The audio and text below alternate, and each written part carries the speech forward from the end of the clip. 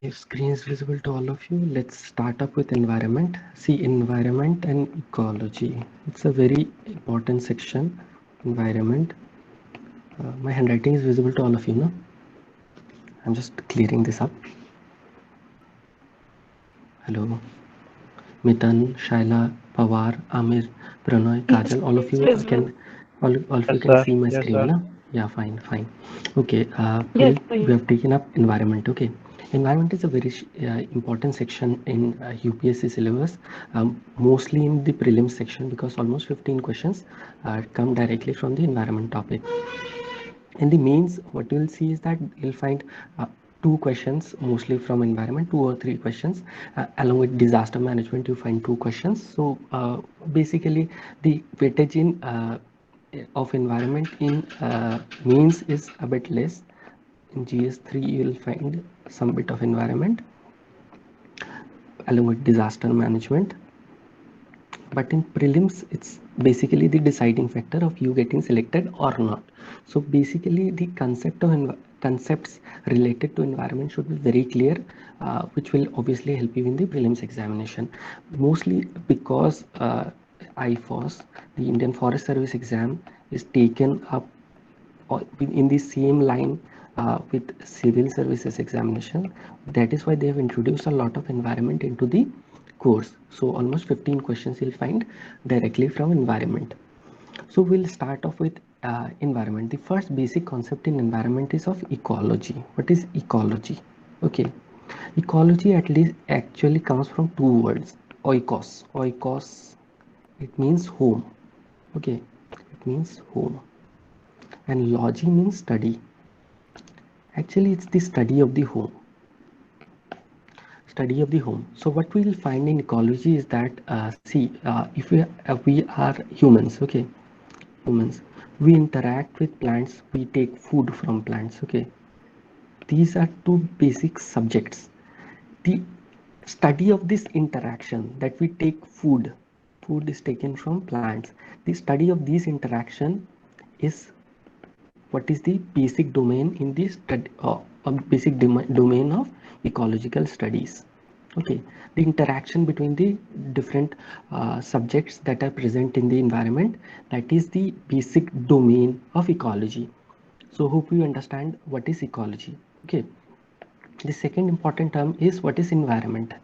Environment is basically anything that is outside a system. Okay, if you consider the human body to be a system, anything outside it, it may be the atmosphere, it may be the hydrosphere, anything outside it is the environment.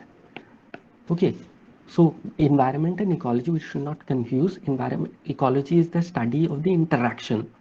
That interaction, the study of the interaction is termed as ecology, whereas environment is something that is external to a system. Okay, here we take the systems concept and we try to understand that anything that is beyond the system is termed as environment. Okay, okay. So this ecology and environment. Now we have to come to what are the levels of the environment. Okay, there are different levels in which we study the environment. The first level is termed as the individual. How do you study the environment or the ecosystem, whatever you say. I'll explain what is ecosystem. What is individual? Individual is basically the single species. If you consider one man, it is, am I admitting someone? Yeah, if you consider one man, this is one individual. Okay, if you consider more people, it will form a population. Okay, but it will form a population. So when you use the term human population, this is basically the term that is also used in the environment. It is basically a number of people or a number of species. It can be man, it can be any animal that you take, cows, dogs of the same species, they form a population.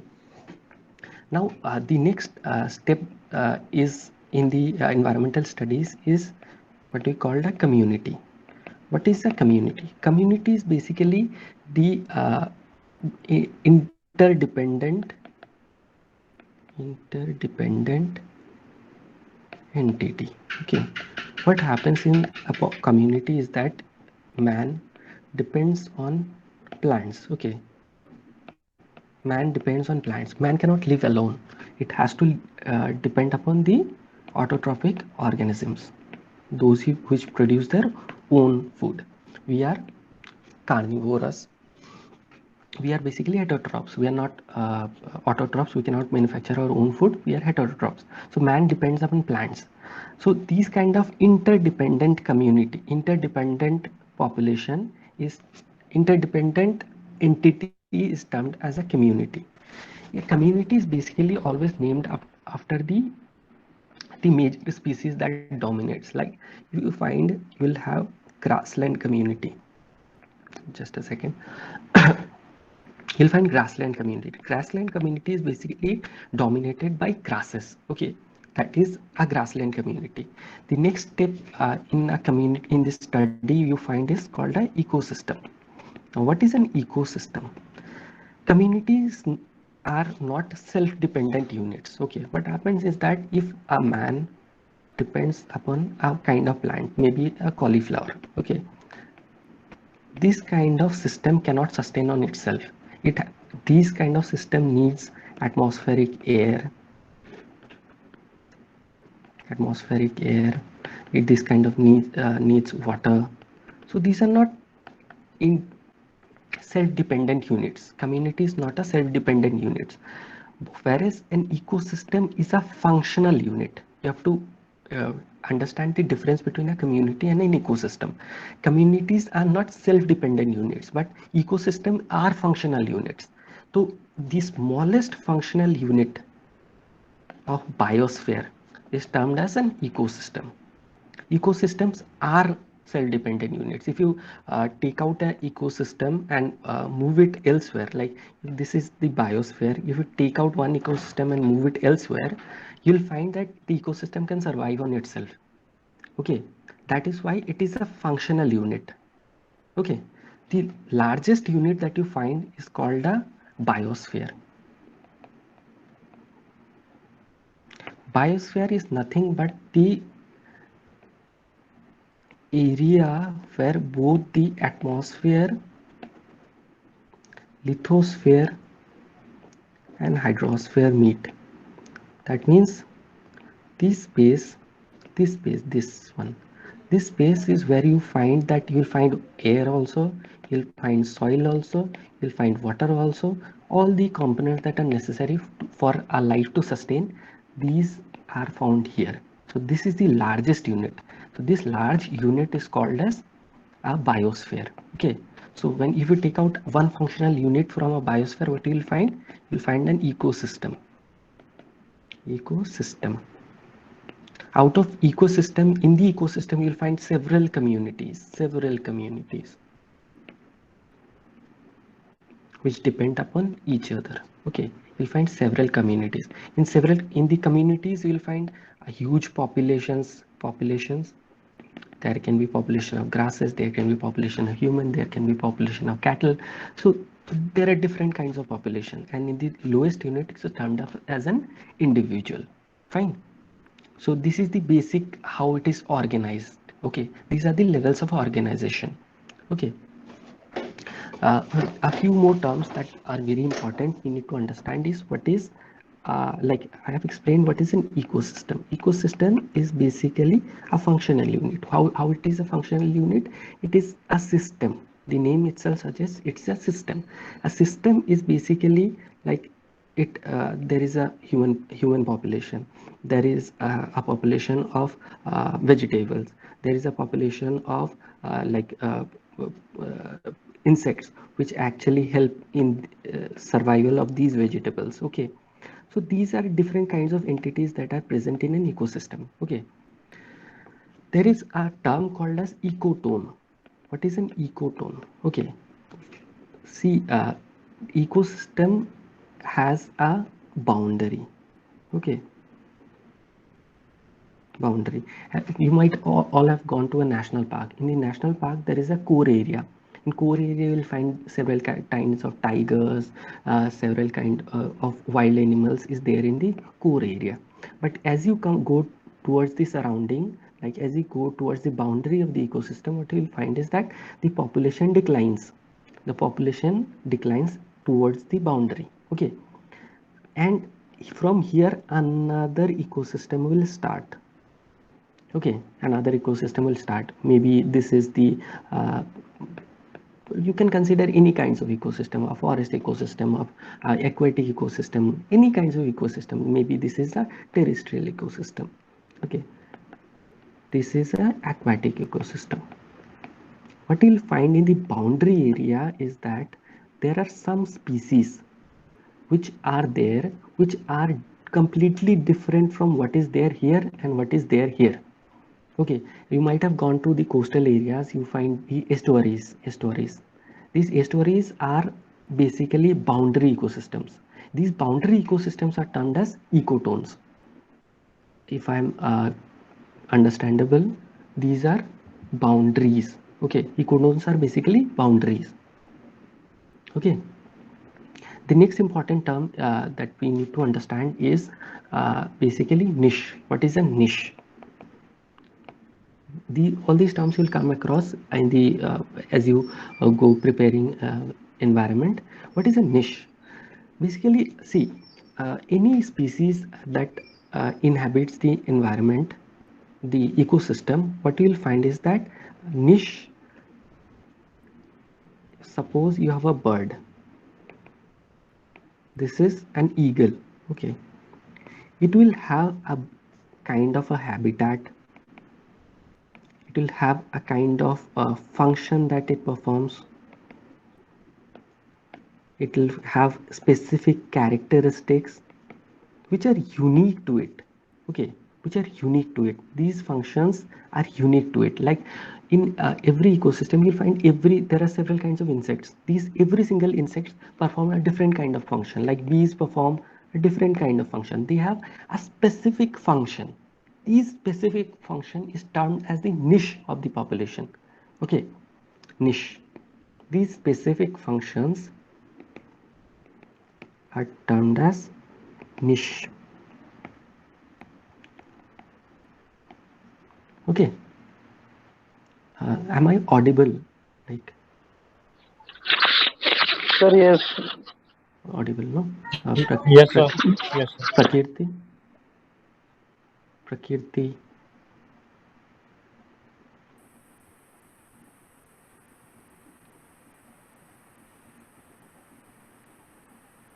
Okay. Have you understood till here? What is a niche? Yes, sir. Okay, okay. So now we move on. These are important terms that you need to know. Another important term is a biome, which many people commit error on these. What is a biome? Biome is basically like if you have an ecosystem may be both marine, like it may have the sea component and it may have the terrestrial component also. Like you might have heard about the Gahirmatha Wildlife Sanctuary or the Bhitarkanika Wildlife Sanctuary. These are both terrestrial and marine ecosystems. Okay, basically more part of marine ecosystems are there, more part of the marine ecosystem is part of the Gahirmatha and Bhitarkanika in Odisha, but uh, terrestrial part is also there. But what is a biome? If you have seen the terrestrial section of the earth, if you divide this terrestrial section of the earth into specific climates, okay, based on climates, if you divide them into specific areas, okay, these are termed as biomes. Okay, you might have heard about tundra biome, you might have heard about taiga biome. These are biomes, these are terrestrial sections, these are not aquatic sections. So there is this earth, the terrestrial section is the continental section, these continents like Africa, this Asia. If you divide these areas into specific a you divide the larger area into smaller areas based on climates. So that section is called a biome. Okay, so you have the examples of tundra biome, you have the example of taiga biome. These are different kinds of biome. Okay, don't make an error on this that marine component is also there in a biome. No, terrestrial section of the biosphere is divided into biomes. Fine. Okay, uh, we'll move on. Now we'll come to a very important section which is known as energy flow. Energy flow is very important in an ecosystem. When you understand ecosystem, energy flow is very important. Energy flow is basically how the ecosystem survives. Okay, so how do you study energy flow? Energy flow is basically studied through food chains. You might have heard food chains. We study energy flow through food webs. We study energy flow through pyramids. I'll explain all this. Okay, food chains. Food chains are basically simple organizational levels. Okay, when I say simple organizational levels, I mean that if I am a tertiary consumer or a secondary consumer, okay, the first part comes from the autotroph. Autotroph means a plant. Okay, plant provides different kinds of food. Okay, this might be transferred to a heterotroph, say a goat. People consume goat, so humans are secondary consumers here.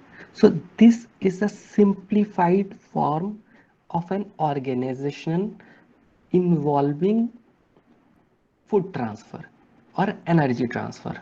If you to be very specific, energy transfer. So these kind of energy transfer which are simplified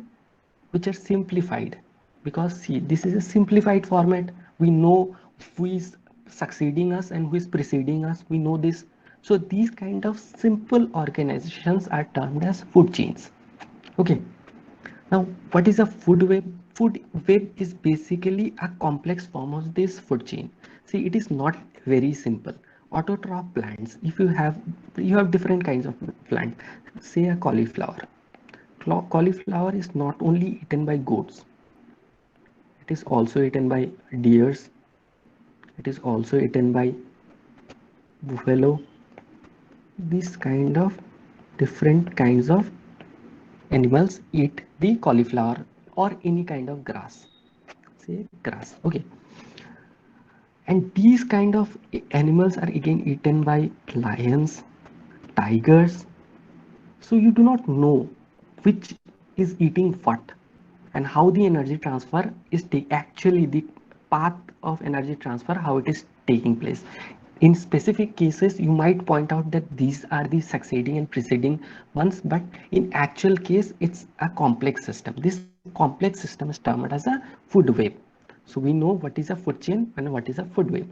The base one very important thing about food chain is that if it starts with a dead organism, like if it is a dead organism, see, there are different kinds of detritus which the earthworms take. So if it starts with a dead matter, that food chain is termed as a detritus food chain. And if it starts with a living organism, mostly the autotrophs, it is termed as a grazing food chain. Okay, it is termed as a grazing food chain and a detritus food chain. The second important, I've explained what are food webs and food chain. Now what are pyramids? Pyramids are basically demonstration of how energy flow takes place. Okay, what we will see is that these kinds of food webs can be also demonstrated in a pyramidal form.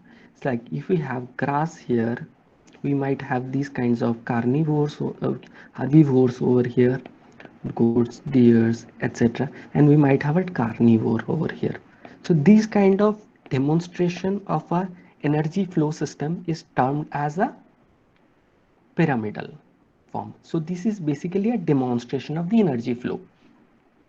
We have different kinds of pyramids. We have We have pyramids of number, we have pyramids of biomass, and we have pyramids of energy. Okay, the most important thing here is to understand that pyramid of energy is always upright. Okay, it cannot be inverted. See, inverted pyramids, I'll briefly explain what is an inverted pyramid. See, you might have a tree, small tree, on which different birds, different populations of birds live, and several kinds of parasites live upon these birds. So if you count the number, parasites will be the highest number, birds will be the second highest, trees will be the last, because there is only one tree. So pyramid of number can be inverted, but pyramid of energy cannot be inverted. It has to be upright. Why? Because energy, when it gets transferred from one organism to the next, like if it is one organism to the next, to the second one, what happens is that only 10 to 20% energy is used up, and the rest of the energy is wasted in form of heat energy. So if only this much of energy is transferred, conservation of energy principle says that if the opposite way cannot take place, 10 to 20% of energy cannot be converted into 100% of energy. This is the conservation of energy principle. Okay, so because heat is a low grade energy, if many of my you might be engineers, you would understand what is a high grade energy and what is a low grade energy. Energy which can be converted into another form with very high efficiency, they are considered as high grade energies. Okay, that is why pyramid of energy is always upright. Fine. So have you understood till here? Yes, Yes, sir. sir. Okay. We'll understand two more terms. Okay. One is associated with this. One is bioaccumulation and biomagnification. See, I'll spell out the agenda. See, we cannot in 3 hours we cannot complete environment, the whole syllabus of environment. So what I have done is that I have picked up important terms and I have tried to explain them, so that when you go through, like most of you might be following the Shankar IAS book. I would recommend the Shankar IAS book for environment. Yes, sir. Yes, sir. Yeah. So if you are following the Shankar IAS book, these are the important terms that will come across. Okay. Almost of the test series also you'll come across these important terms. So I've picked up the important terms and I'm trying to explain what these important terms mean. Okay. So that it might be very easy for you to understand the context and the uh, uh, whole subject matter. Okay. So what is bioaccumulation? So bioaccumulation is one important term which appears in the test series and all. Like, what is accumulation? Accumulation is something that a lot of matter is confined in a space. So if it is confined in a space, it is termed as accumulation. Bioaccumulation is just an extension of accumulation. When you will see that there are different kinds of pollutants like arsenic, fluoride in larger quantities. These are pollutants. So these pollutants, when they accumulate in a species, this is termed as bioaccumulation. Okay. So these pollutants, when these organisms, say this is a bird which interacts with the environment, after interacting with the environment, you might see plastic is a very important pollutant nowadays. Microplastics. So microplastic is a very important pollutant nowadays. What is that the bird ingests these microplastics, and these microplastics, what they do is that they accumulate in the species. This accumulation of plastic in this bird is termed as bioaccumulation. Okay. What is biomagnification? What happens is that pollutants which are pollutants which are generally fat soluble, what they do is that when they enter the bird system, they try to cling onto the fats that the birds have. Okay, and because they are not degradable, what they do is that they accumulate in these fats, and when a secondary consumer secondary consumer consumes this bird, what happens is that these pollutants are transferred these pollutants are transferred to the secondary consumer. Fine. So if we have like grasses, see grasses nowadays have lot of chemicals which are added. uh, these chemicals might pass on to the birds. These birds might be eaten by like eagles and all. So these transfer of pollutants is termed as biomagnification. What happens is that after a bird eats a lot of grass, okay, if a bird eats a lot of grass, what will happen? The amount of chemicals that are in the grass, this will magnify, because from a lot of species it is getting to transfer to one species, and then from a lot of again from a lot of birds it will get transferred to a higher consumer. Okay, in that case what will happen is that the amount of pollutants will magnify. So this term is termed as biomagnification. Okay, so we have studied till biomagnification. There is another these are different kinds of interaction which I've talked about. Energy flow, like different types of interaction called the study of which it is called ecology. I'll briefly explain some more terms. Okay, kind of interaction. Interaction can also be named as this: mutualism. What is mutualism? What is commensalism? What is commensalism? These are interactions which are basically shown. Okay, just a second, give me a second.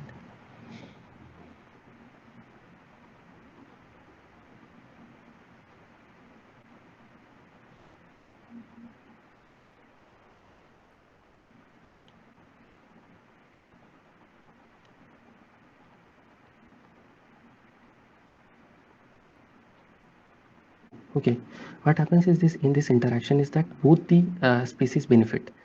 Fine. So what will happen? You might hello. Yeah, you might find different kinds of interaction between species where both the species benefit. If both the species benefit, this type of interaction is termed as mutualism. In commensalism, what happens is that if there is an interaction, okay, in which one species benefit, the other is not harmed. Nothing happens here. Okay, nothing happens here. Then this kind of interaction is termed as, continue with commensalism. Commensalism is basically an interaction in which one species benefit and the other nothing happens to it. Mutualism you can say in terms of coral reefs. In coral reefs, what happens is that coral lives with zooxanthellae. Okay, zooxanthellae, what it does is that zooxanthellae provides food to the corals. Okay, and in turn the corals shield the zooxanthellae. So this is kind of a mutualism affair. Okay, where both the species benefit.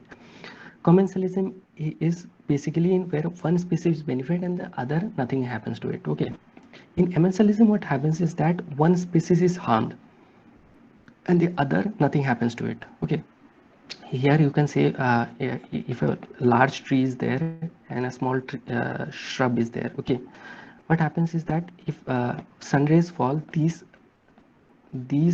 tree will shield the sun rays and this shrub will not get the sun rays.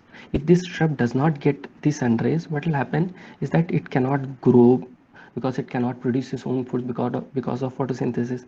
In this way, one species is harmed and another, nothing happens to the other. Okay, there are other types of interaction, which is competition. In competition, what happens is that both the species are harmed. It's like if there is a scarce food and two types of animals, say a hyena and a tiger, competes for the small food, what will happen is that in the interaction both will damage each other. Both will try to hunt each other, and in the process both some damage will happen to either of the two. In these kind of interaction is termed as competition. Fine, competition. Now there is another called as parasitism. Parasitism. When what is a parasitism? In what happens in parasitism is that one species is benefited and the other nothing, like the other is harmed. Okay, if parasites remain like you might have heard about different kinds of parasites which infest human bodies also. In these parasites, what they do, they suck blood or different kinds of nutrients from the body, and they are benefited, but the human body suffers. The human body suffers in turn. So these kind of interaction is termed as parasitism. Hope you have understood what these terms. Okay, am I understandable in these all these? Yes, sir, sure. Okay. Yes, sir. Okay, the next important part will come across is biogeochemical cycles. What are biogeochemical cycles? Okay, biogeochemical cycles are basically cycles of how nutrients are regulated in the lithosphere, the atmosphere. Like you might have heard about carbon cycles. There is water cycles. What happens in water cycle? Water cycle, there is water. It will evaporate, then it will form clouds, and then again it will fall down as rain. It will evaporate, it'll fall down as rain, and then again puddles will be formed. So this is how the water cycles take place.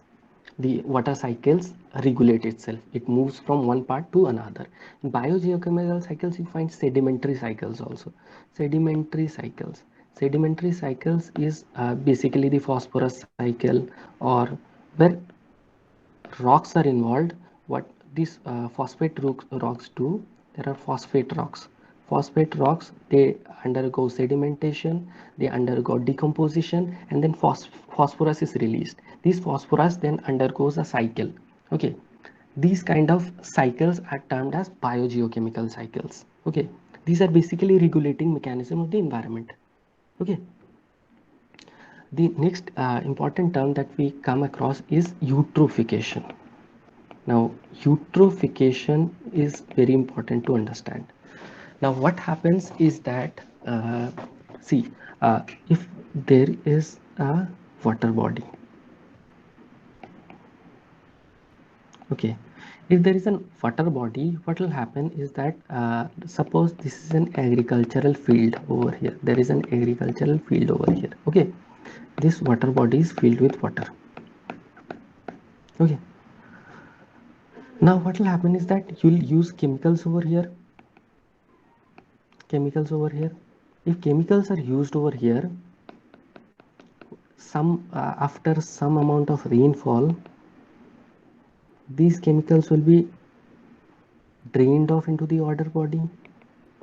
And if these chemicals are drained off into the water body, what will happen? This water body will have extra fertilizers,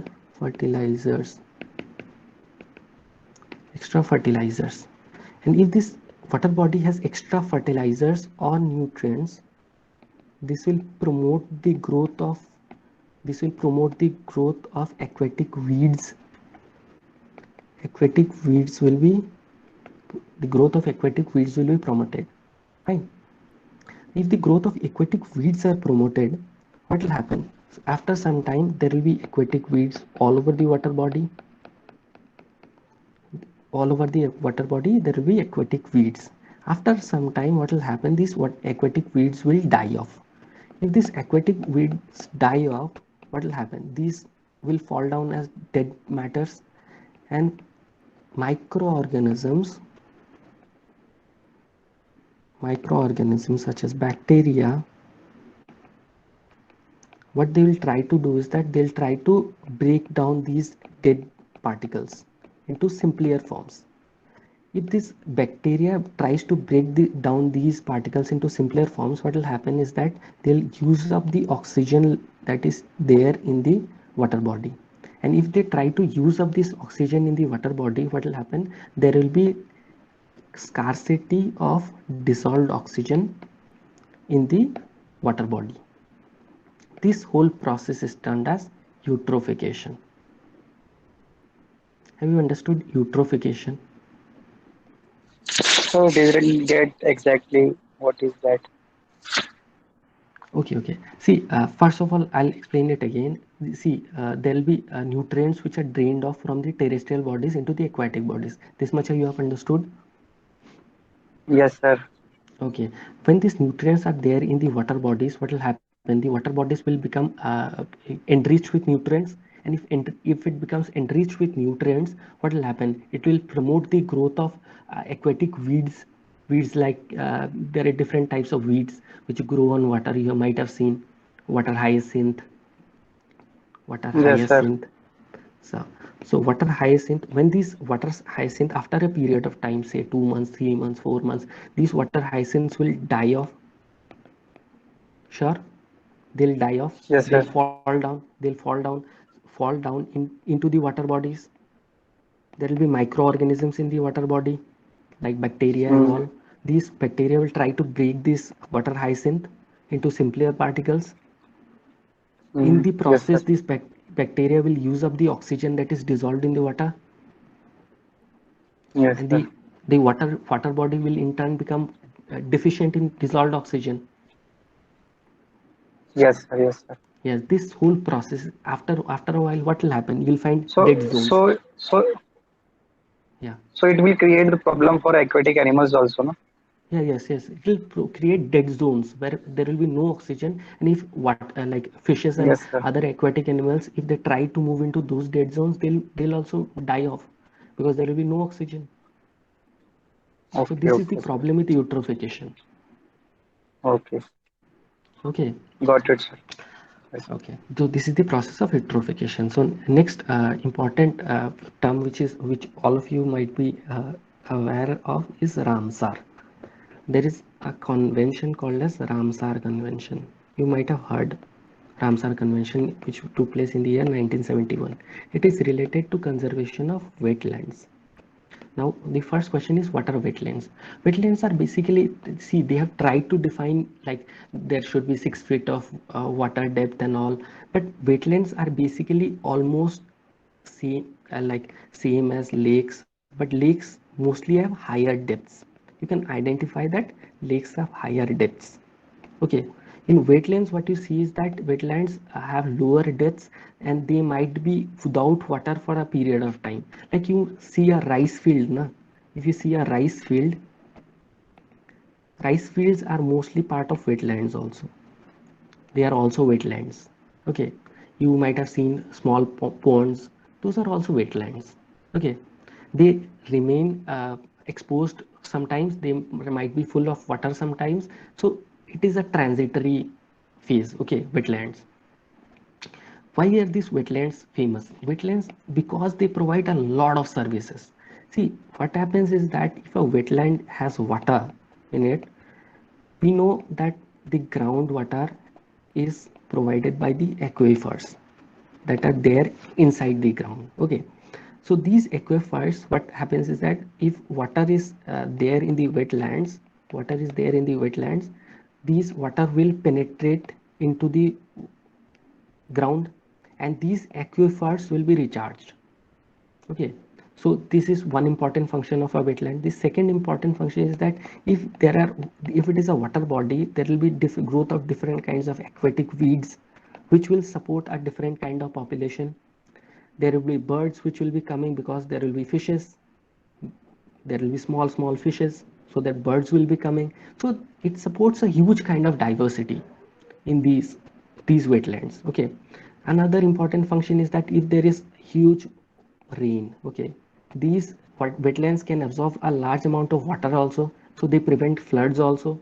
So wetlands are highly important. You might have seen, if you are living in cities, you'll see that most of the cities are nowadays facing urban floods because these wetlands or lakes have been turned into like urban infrastructures like buildings and all. Have you seen that in your city? Like, which city are you from, Amir? Yes, sir. Delhi. From Delhi, sir. Oh, Delhi. You have seen Najafgarh Lake. Najafgarh Lake is dying Yes, down. sir. Yeah, Yes, sir. Shaila, which city are you from?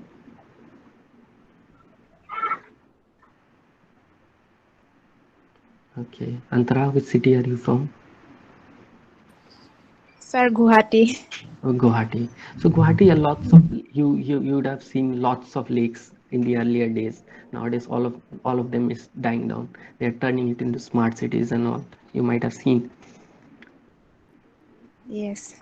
Okay, Ajit, which city are you from? I'm from Bhubaneswar.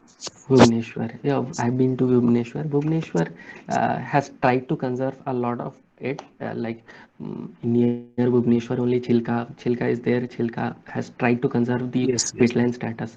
So a lot of conservation efforts are there in those regions. Even the sanctuaries near like Gahirmata and Bhitarkanika, they are like very well conserved in that sense. If you go to the Rushikulia beach also, Rushikulia beach and those areas, you'll see conservation efforts are happening in Odisha. So in that Sir, sense, even you can say, in Delhi also government is yeah, conserving most of the lakes. Also, in they are recently trying. Dwarka, Delhi government has conserved that. They are trying to Okay, conserve. Yes, sir. they are trying to conserve, but they have built huge landfills also, Yes. which like Yes, Bikasipur sir. Yes, landfill sir. and all. So these Mm, are like but as far, human catastrophes. Okay. yes, sir. Okay, okay. So wetlands. We are talking about wetlands. So wetlands, those important wetlands were recognized by Ramsar. Okay, Ramsar, and those wetlands were termed as wetlands of international importance. So Ramsar is basically a convention which tries to protect the status of wetlands. Okay, so it's basically a convention. It was held in the Iranian city in 1971. Okay, Ramsar. So they have nominated, India has nominated many wetlands into the Ramsar Convention. You have to know all of their names and the states that they belong to. Okay, now earlier that it was 26. After that they added one in Sundarban. Then they added, I think, another 10, uh, 5 or 7 of them in Uttar Pradesh. You have to know all those names and where are they from. Okay, also sometimes they ask the status also. You might know that they have asked they have asked Keolado, they have asked about Sambhar. So these are very important. Try to focus on the Ramsar sites and like Google them up. You can Google them up. Like northeast, if you Antara, you might know there is a Ramsar site by the name of Deepor Bill. So they might, what they will do is that they'll give 4 or 3 statements about Deepor Bill, and they'll tell you to identify the Ramsar site. They might do that also. So be prepared for a question on Ramsar sites. Okay, like Deepor Bill is a freshwater lake. They might give you in the option that it is a saltwater lake, which you have to eliminate. Okay, it is not a saltwater lake, it's a freshwater lake. They might tell you that these are the tributaries of the river that drain into the Porville, or they might give you some birds which are exclusive to the Porville. They might ask you those kind of questions. Okay, so be prepared for a question on Ramsar site. Okay, I'm not going through all the 42, or Google them up and just try to find where are they located. Your and phone's roaming data is turned off. 2-3 lines on the status of like what kind of wetland is it, and what is exclusive to it. Try to find it out. Google them up. Okay, this will be your homework. There is another type of name they have record they have created, which is known as the Montreux record. Montreux record. Okay, what is Montreux record? Montreux record is nothing but those wetlands which are in danger of losing their like status and ability to perform all the functions of an wetland. Okay, so Montreux record are wetlands in danger. You can call them wetlands in danger. Earlier, there were 3 wetlands which were in danger. One was the Loktak Lake. I believe you know it is in Manipur. Loktak. It was Chilka was there, and Keoladeo Ghana. Keoladeo. Earlier, these three were there in the Montracks record. Now they have removed Chilka because conservation efforts have happened in Chilka, because of which they have removed Chilka. But these two continue to be there in the Montracks record. Loktak, you might have heard about Loktak, Fumdis. They've asked a lot of question on Loktak. So be prepared on those 2-3 liners about Loktak. What are Fumdis? Like there is a floating wildlife national park also. Okay, so be prepared on these questions. The next, we have talked about Ramsar and we have talked about Montracks. Another important thing we need to talk about is corals, coral reefs. If you are reading through the news, what you will find is that there is a huge bleaching event which took place, I guess, last year, bleaching event, which took place last year uh, in the Great Barrier Reef.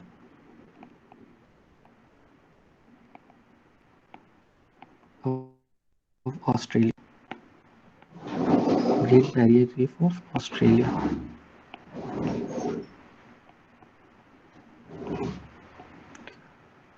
Okay, Great Barrier Reef of Australia. There is a great bleaching event. Now, what are corals? Corals are basically small animals. Okay, these are known as coral polyps. They live in symbiosis with an algae called as zooxanthellae. They live in symbiosis with an algae called as zooxanthellae. What this algae does is that it produces food and it helps the corals survive. These corals, what they do is that they secrete calcium, calcium substances like calcium carbonate, which are basically the reefs. These are dead corals. Okay, secretion from dead corals. This secretion from dead corals form the coral reefs. There are huge coral reefs in Lakshadweep.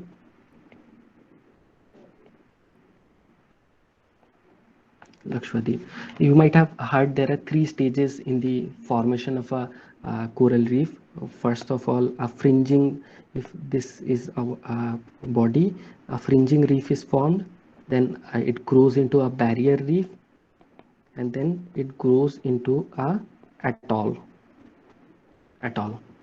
Okay, atoll, barrier reef. Okay, these are fringing reefs. These actually the movement is this way. This is first of all the fringing reefs are formed, then barrier reefs are formed, and then atolls are formed. Okay, this is how the corals live. The corals require a specific kind of environment to live. Okay, they require a temperature of around 27 degrees Celsius. So that is why you'll find most of the corals are there in the tropical areas. You'll find coral reefs near Lakshadweep, you'll find coral reefs near Andaman, you'll find coral reefs near Indonesia. Most of the tourist destinations that you find, beach destinations, these are snorkeling and all these kind of events. So these events you'll find around the coral reefs. Australia is one important destination. So they are found in the tropical areas. What you'll find is that they need moving water. They do not need stagnant water, but this moving water need not be very fast. If the movement is very fast, what will happen, these waves will break the reefs and then take it along with it. But moving water, what it will do is that it will enrich, it will help in enriching of the nutrients. Enrich the nutrients, fine, they'll help in the enrichment of the nutrients. Another thing they do not need is that they'll not occur in the mouth of the rivers.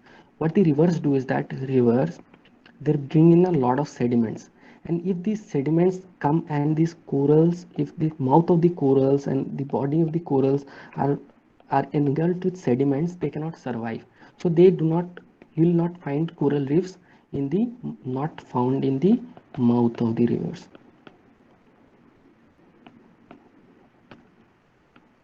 Okay, and also another condition is that they need a specific kind of salinity. It's around 33, it is, people say it's around 27 parts per thousand to 33 parts per, some say it is 33 parts per thousand. It is around this salinity that the corals survive. Okay, so these are the specific things about the corals. UPSC have asked a question about coral reefs in 2019 also. So be prepared about corals also. Okay. Uh, if you find current affairs related to coral reef destruction, climate change, and their impact on coral reefs, be prepared for an answer like question on coral reefs. Okay. So we are moving on. We'll come to the next thing about air pollution. Okay, just a second. Air pollution. See, air pollution. Amir would very much know air pollution is very famous in Delhi. Yes, sir. So Delhi is fully polluted with Fully like polluted. different kinds of pollutants are there. So we'll not go into those. What are the like what are the pollutants and all, like what are the characteristics of those pollutants and all, how smogs are formed, what is a photochemical smog. Those things I believe you Yes, know. Those are, yeah, those are important. You have to know about them also, because you get questions about air pollutions also. But I'll basically talk about the government schemes that have come up. You might have heard about the National Air Quality Index. There is a National Air Quality Ambient Air Quality Standards. Okay, these are things that you might have heard. National Clean Air Program. No, if you have heard about these things, what I'll explain is that National Ambient Air Quality Standards. What is National Ambient Air Quality Standards? They have actually tried to fix 12 pollutants. They have taken 12 pollutants and they measure the quantity of those pollutants in the air. Okay, they measure the quantity of those pollutants in the air, and on the basis of that, the quantification, they try to they try to portray what kind of pollution has taken place in the air. So this is the National Ambient Air Quality Standards. Okay, the government in the last few years have come up with this National Air Quality Index. Air quality index is has been very successful in demonstrating, because it comes with, like you might have heard, there are six numbers, like they are good from poor to severe and all. There are six colors which demonstrate that green, yellow, red. These are different colors which are used to demonstrate what kind of air quality it is. Okay, in Delhi, if you are there, you might have heard that PM10 has crossed 1000, PM2.5 has crossed 500 mark. So these kind of things are there. So this is the National Air Quality Index, which you need to go through. These are programs that you need to know, because you might be asked a question on. There is another thing called as National Clean Air Program. The National Clean Air Program, they have started along with CPCB, the Central Pollution Control Board. What they have done is that they have taken 102 non-attainment cities. They have identified, based on their different standards they have identified that these cities are the most polluted. Because if you see the international journals repeatedly pointing out India, out of 15, out of 20 most polluted cities across the world, you find 14 Indian cities, 15 Indian cities. So Indian cities have been repeatedly pointed out that you are the most polluted. So CPCB has formed a standards and standard framework, and they have identified 102 non-attainment cities. And in these 202 non-attainment cities, what they have tried to do is that they have taken a target of lowering the PM 2.5 and PM10 levels. Okay, so there was a direct question this year, 2020 UPSC mains, on National Clean Air Program. They have directly asked what is National Clean Air Program. Okay, so you have to know that PM 2.5 and PM 10 levels are targeted. They have fixed the first year as 2019. They have taken the base level as 2017, and they have taken that will decrease the quantity by 20 to 30% by 2024. This you have to know. Okay, it's a 5-year program in which they have tried they'll try to decrease the intensity of PM 2.5 and PM 10 levels by 20 to 30% based on 2017 levels from 2019 to 2024. You have to know this. And obviously they'll take all the stakeholders along, like there are state pollution control boards, there are private bodies. They'll try to take everyone along, and then they'll try to achieve this objective. Okay, so you have to go through these programs: the National Clean Air Program, the National Air Quality Index, the National Ambient Air Quality Standards, and all. water pollution. I'll take up water pollution. There are two important terms. One is known as the biological oxygen demand and one is the chemical oxygen demand. Biological oxygen demand. See, in eutrophication, I have told you that there are specific dead matter which are dissolved in the water body. These dead matter, if they are biologically breakable by microorganisms, okay, what will happen is that these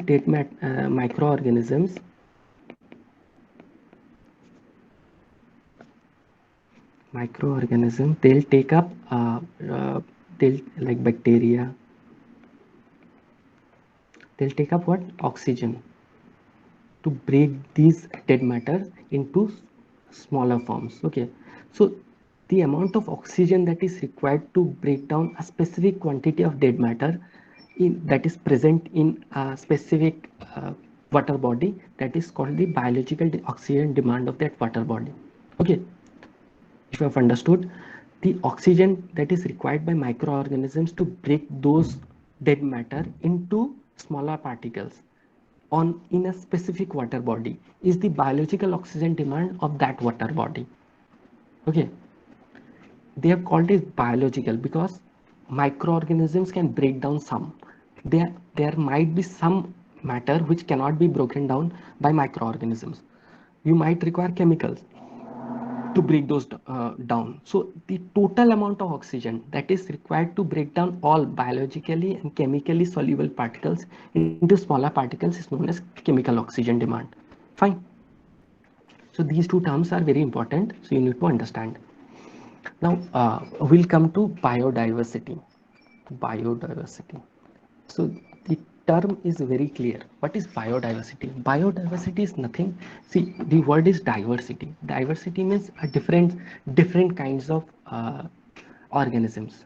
Diversity, like you might find humans, you might find deer, you might find tiger. So these are diverse species.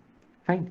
So if these diverse species are there and you want to quantify or you want to qualitatively mention that there are diverse kind of species that are inhabiting a space, that is basically biodiversity. Okay, so biodiversity is not a special term, it's just another term for quantifying or qualifying that you have different kinds of organisms or species over here. That is biodiversity. Fine. Biodiversity can be quantified by some terms such as genetic diversity. Like, what is genetic diversity? You might have heard about a white lion.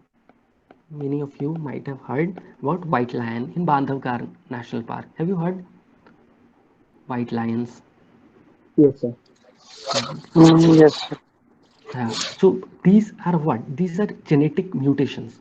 Fine. So genetic mutations, they are basically the same species. They are basically the same species lion, but there are genetic mutations which help. Genetic mutations like some, if you see the rhinoceros in some areas are bigger. Like in Africa, you'll find they are bigger, whereas the one-horned rhino in Kaziranga and all, they are not very big. If you see, you might see tigers differing, like the Sundarban tigers, the Royal Bengal tiger, and the other tigers that you find. You might see different kinds of variation within a single species. If there is a variation within a single species, this genetic diversity, this is called genetic diversity. Okay, there are different genetic mutations that have happened and which lead to same species having different kinds of variation in appearance, variation of functions and all. So these kind of diversity is termed as genetic diversity. Right. Another term is called species diversity. What is species diversity? Species diversity is very easy to understand. Like humans are different from lions are different from tigers are different from plants. So species is different. Okay, if the species are different, that is termed as species diversity. Okay, if you in a ecosystem you might find two tigers, there are 100 humans inhabiting, you might find thousands and 10,000 plants inhabiting. So these are diverse species. Fine, these are diverse species. So this species diversity, this is basically what is known as species diversity. Another thing we know as ecosystem diversity. Ecosystem diversity is very easy to understand. See, we have different kinds of ecosystem. You might have a grassland ecosystem, you might have a marine ecosystem, you might have a terrestrial ecosystems. These ecosystems differ in the components that they have. One like if you have the rainforest ecosystem, you might find very high, very high trees, redwood, ebony. These are different kinds of trees that inhabit the rainforest ecosystem, which you will might not find in the deciduous forest. So ecosystems differ in their components, and this kind of diversity that is there across ecosystem is termed as ecosystem diversity. Fine.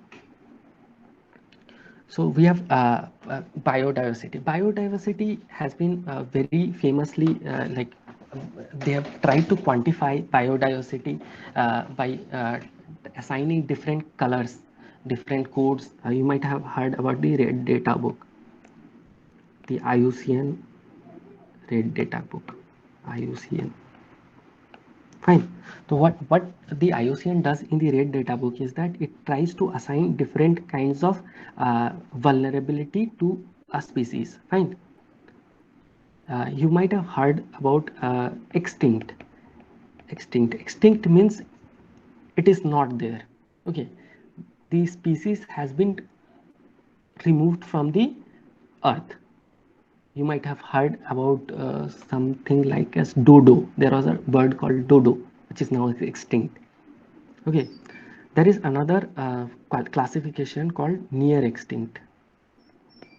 Near extinct. In near extinct, what you find is that it is basically extinct in the wild. Okay, you might have population which you are trying to produce in a biological laboratory or in a botanical reserve. Okay, but it is extinct in the wild. In that species is classified as near extinct. Okay, and the next gradation is critically endangered. They have assigned different kinds of like the classification is very tedious. Like they say that less than 50 males are there, or the more than 90% population has diminished over the last 10 years.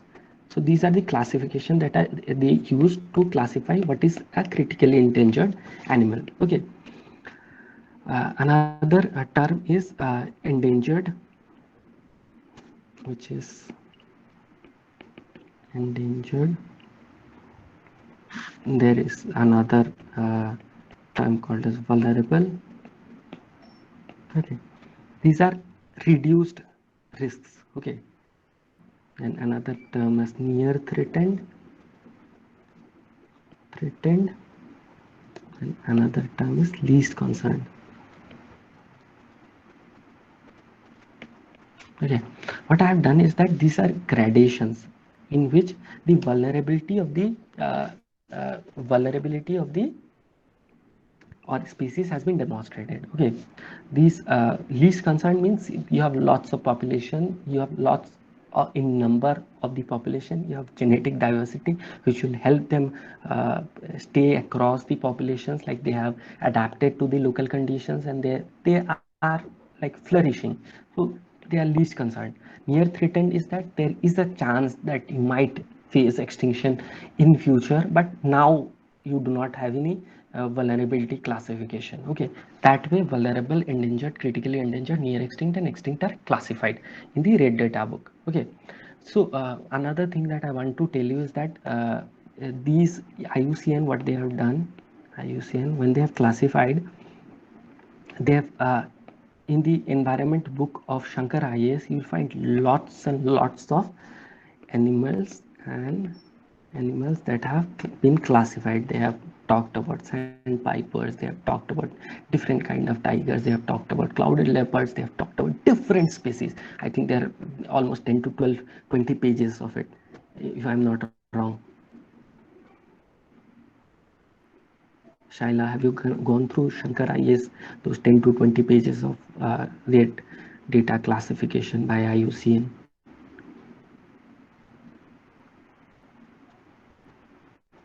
Okay, Ajit, have you gone through? No, sir. Okay, do one thing. If you don't have the book, try to get the book. Okay, the Shankar IAS book. I believe that is enough for environment. Antara, you have the book Shankar IAS one. No, sir. Try to get the book. I guess it's available on Flipkart. Try to get that book. That is enough for environment. That that combined with the current affairs, that will become like enough for environment. Amir, you have the book, I guess. Yes, sir. I have. Oh, okay. You might have seen there are almost 10 to 20 pages of like Yes, sir. classifications mentioned, like this. You don't need to go through all those animals. Okay, basically they have never been asked by UPSC. First of all, I need to clarify this. If you go through the previous year questions, there is a caveat. Go through those previous year questions, solve those previous year questions. Okay, they have been repeated. Okay, and UPSC has never used the term IUCN classification. Okay, there is a Ministry of Forest classification. When Jairam Ramesh was there as the Minister of Forest and Environment, what he had done is that he had released a book which demonstrated that India has classified some of these species as it was there in a report is there in a 2011 report. Okay, there in the ministry has classified different animals as endangered, and those are the classification that are used by the UPSC also. Okay, try to download that report. It's a 6 to 7 page report. Go through those specific species, and what you do is that solve the previous year questions. These previous year questions are repeated. If I'm not I'll be confident enough to tell you that you can guess that what kind, like 1 year they'll ask, give you something in the options, the next year question is framed on that option. So they are giving a hint. They do not want that you have to know about the Himalayan quail or some other Jerdon courser or some other species that are there in the Atlantic or North America. You do not need to know all the like it is humanly impossible to know the specific status of all the animals that are there in the biosphere. Okay, that is why try to solve only those previous year questions and go through the ministry report. Okay, if I'm clear, these are the two things that you will use while preparing this read data book. Fine. Okay. Yes, sir. So the next thing that we read about is the Wildlife Protection Act.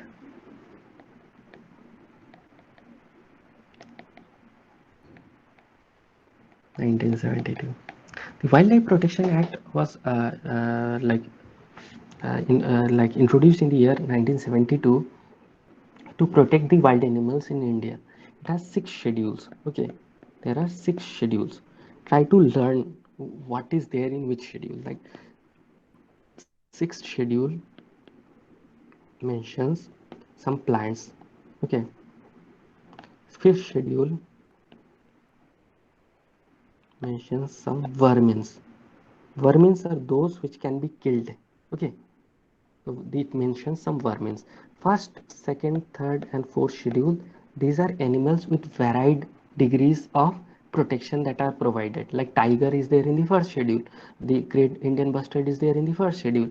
That way, they have tried to classify. They have tried to classify the like the protection that is accorded to different species. Okay, and they have accorded those protection in form of these 4 schedules. The 5th schedule, these are vermins, and 6 schedules, there are some plants, blue vanda, red vanda. So there are some plants which cannot be cultivated. So they have mentioned those plants. Okay, Wildlife Protection Act is a very important act because this uh, actually heralded a new era in wildlife protection in India. Okay, after Wildlife Protection Act, only the national parks and all those became notified. It was there under the Indian Forest Act also, but more degree of protection was provided to the national parks, the wildlife sanctuaries, the conservation reserves, the community reserves. All this, they have been provided special kind of protection under the Wildlife Protection Act. Okay, am I clear? Yes, sir. Yeah. Yes, sir. So these national parks, the wildlife sanctuaries, these it's like every year there will be a question on either a national park or a wildlife sanctuary or a tiger reserve. Okay, tiger reserve. So national park, wildlife sanctuary, tiger reserve. Go through the previous year questions. It is humanly impossible to know all the wildlife sanctuaries. It is like you might learn the national parks because they ask specific national parks. Okay, they what I have seen as a trend is that they have asked national parks mostly in the southern part of India and then in the northeastern part of India. Okay, try and focus on these two sections: the the northeastern part of India and the southern part of India. Okay, they have not asked as such the northern part of India. If they might ask, like it is humanly impossible to know all of them. Tiger is a wildlife sanctuary. There are more than 600. How can you know all of it, all of them? But the important ones, like what are there across the Nilgiris, the Wayanad, or the Rajiv Gandhi National Park, or those kind of small specific information you need to know. Okay, the Silent Valley National Park or the Ernakulam National. These are famous ones. So try to Google them up. If you see, if you Google them up now, you'll find in the map in the Wikipedia they'll mention that this is this is famous for this is famous for this. Try to gather those 2 3 important points and go through these previous year questions. This will give you an idea on what kind of questions are asked. Like they have what I can explain to you is that study the southern part of India, study the northeastern part of India in detail, and some amount of like the important national parks in Madhya Pradesh and one or two in Rajasthan, the desert national park you need to know. These are small, the Silent Valley or the Valley of Flowers in Uttarakhand. These are small that bits of information that you need to know. Okay, it is like you need to gather those. Okay, protected areas networks. There are some protected areas networks such as conservation reserves. Conservation reserves is a new term. Actually, it has been introduced a few years back only. What happened is that government lands were classified as conservation reserves to enhance the protection accorded to trees and forests on those government lands. Okay, like they do not have the same degree of protection as national parks. In national parks, you cannot go inside without the permission of a wildlife warden. But in conservation reserve, it's not that. You can go, you can graze your animals, but you cannot cut the trees. Those kinds of specific protection are mentioned because there's a government lands which have been provided some degree of protection under this Wildlife Protection Act. Community reserves are also there. What are community reserves? These are not government lands. These are privately owned lands. On these privately owned lands, government has accorded because the communities have come forward and asked the government that accords some degree of protection there. So the government has accorded some degree of protection that these kind of trees cannot be cut from this community reserve. So these conservation reserves and community reserves are important from that scenario. There is another term called as sacred groves. You might also know that it was like an ancient Indian tradition where you might see that people tree and other trees, these are worshipped, and because these trees are worshipped, they grow into huge ones, and people do not cut them. And if people do not cut them, they actually engulf a huge part of the ecosystem and inside it only. It will house lots of birds, lots of parasites and all. There are lots of variety. The biodiversity is immense on those sacred groves.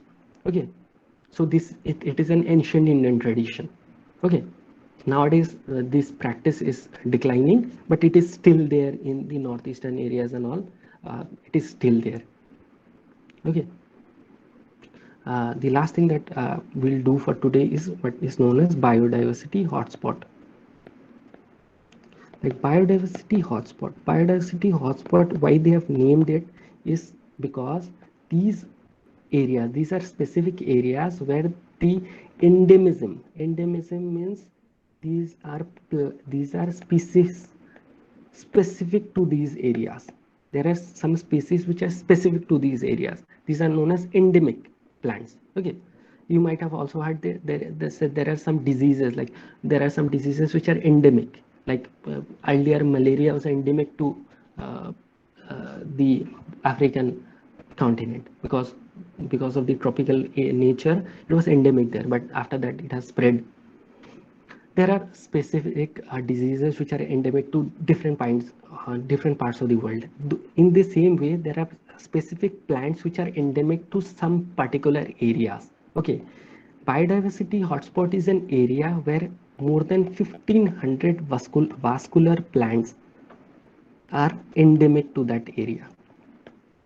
More than 1500 vascular plants are endemic to that area. And what happened is that more than 70% of the natural environment that was there, it has been destroyed because of several kind of human interference. Okay, so it, it is a hotspot because it is a phenomenon which is very fast degrading the nature of the environment of that place. That is why it is a hotspot. Okay, so it is a biodiversity hotspot. So in this way, I have tried to explain different components, different specific terms that you'll find across the Shankar IAS book. These are specific terms that we'll see that appears in the previous year questions also, in the different kinds of test series that you will attend also. Those test series also have the questions around these concepts only. Okay, so but one thing I would expect you all to do is that you buy the Shankar IAS book and try, or you might find a PDF also. A PDF is also available. Try and download the PDF. There is some site called UPSC materials and all. So you might find in that site the PDF of Shankar IAS book. It is basically the 6th edition that you'll find. Download that book, go through that book. These concepts are there across the chapters. I've tried to explain all those important concepts. Okay, I've done till climate change. Climate change is one topic that I'll take up in the next class. Okay, climate change, and I'll then try to explain what are the different conventions that have come in regard to climate change, air pollution, what are the different types of conventions that have come, and what is India's current reality about climate change, about environment and all. I'll try to explain all of it. Okay, so I'll ask what are the questions that you have. I'll ask all of you what are the questions. Yeah. Sir, once please explain photochemical effect. You have earlier discussed that. Photochemical smog. Photochemical Photochemical smog. smog, yes. Smog. See, there is one smog which you frequently find, that fog plus smoke is called smog. Fine. You find this term, fog plus smoke. Photochemical smog is not this. Photochemical smog is basically after, in vehicular emissions, you'll see there are very different kinds of components that are released, which are known as volatile organic compounds. Okay, volatile organic compounds along with ozone in the ground level atmosphere. Okay, and these are transformed by the sun rays that have like infrared rays. These are transformed into a kind of substance which is called as smog, and because this has been done by a photochemical means, it is termed as photochemical smog. These are basically volatile organic compounds. They are broken. This ozone O3 is broken down into O2 plus nascent oxygen. This nascent oxygen goes and attacks these volatile compounds. These volatile compounds are again broken down, and this way a smog is formed. And because they have been done by photochemical means, they are known as photochemical smogs. Have you understood? Okay, sir. Okay, sir. Okay. Yeah. Okay. Any other question that you need to? No, sir. Okay. Shaila, I'll go across to you.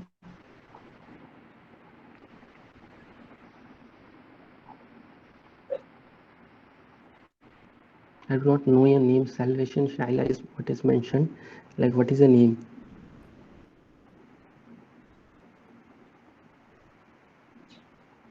Okay, I do not find response. Antara, do you have any question? No, sir. Okay. Hope you'll go through the book and enhance your understanding by going through the book. On that note, I'll leave you all. Okay. Okay, Okay, sir. sir. Okay. And We'll sir, end up. one more thing, sir. Yeah. One more thing, sir. Sir, can we discuss some of the questions if I got in tomorrow's class or next class? Okay. I've kept a special session on Saturday. I guess. I think we'll discuss with Mr. Shankar Ray, sir. We'll discuss. I think Okay, there is a special session on Saturday. On that, we can discuss the questions. okay, sir. Okay. Thank you, sir. Okay. Okay. On that note, I'll leave you all. Fine. Okay, sir. Thank you. Okay. Fine. Thank you. Thank you, sir. Yeah. Thank you. Okay, sir. Thank you. Thank you, sir. Yeah. You can leave.